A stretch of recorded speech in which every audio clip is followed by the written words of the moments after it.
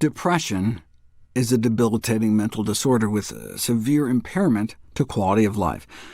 The drugs don't work particularly well, have a bunch of side effects, so searching for alternative antidepressant agents with proper efficacy and safety is necessary. Well, there is this green algae called Chlorella that's been used as a dietary supplement in alternative medicine in Asia for centuries. Why not put it to the test? A randomized controlled trial of Chlorella in patients with major depression.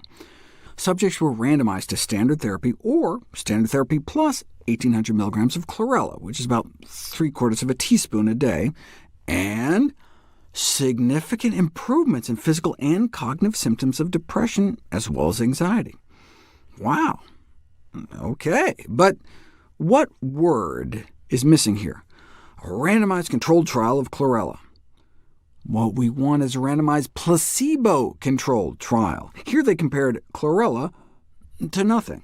Half got some special treatment, the other half got nothing. The perfect setup for the placebo effect, especially when the measured outcomes are mostly just about how they're subjectively feeling. Now, you could argue, look, that much Chlorella would only cost about 10 cents a day. It's healthy for you anyway, and depression is such a serious disease, why not just give it a try? OK, but I'd still like to know if it actually works or not. This other study on Chlorella I highlighted suffered from a similar problem, but at least had an objective quantifiable outcome, a significant decrease in liver inflammation. But this study had no control group at all, so maybe they just would have gotten better on their own for some reason. But there's never been a randomized, double-blind, placebo-controlled trial of Chlorella for liver disease until now. And not just any liver disease, non-alcoholic fatty liver disease, which, thanks to the obesity pandemic, now affects 1 in 4 people on Earth. Let's see if 1,200 milligrams of Chlorella a day will help. It's about a half teaspoon, closer to just a nickel a day, and significant drops in liver inflammation, perhaps because they lost significantly more weight, about a pound a week over the 8 weeks, which would explain the significant improvement in fasting blood sugars. They conclude that Chlorella has significant weight-reducing effects with meaningful improvements in liver function.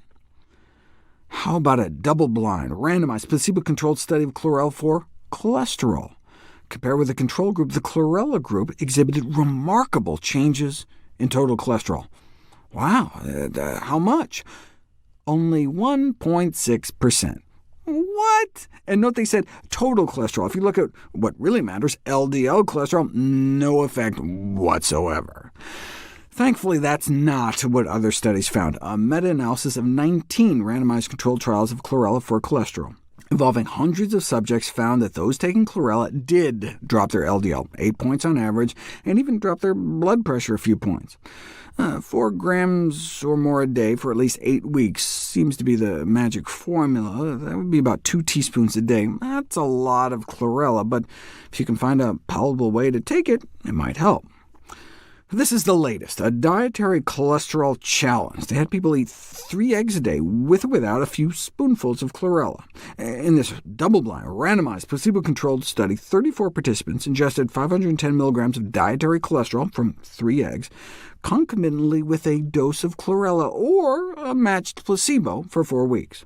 Just eating the eggs alone, 14% rise in LDL cholesterol, but with the Chlorella, significantly less.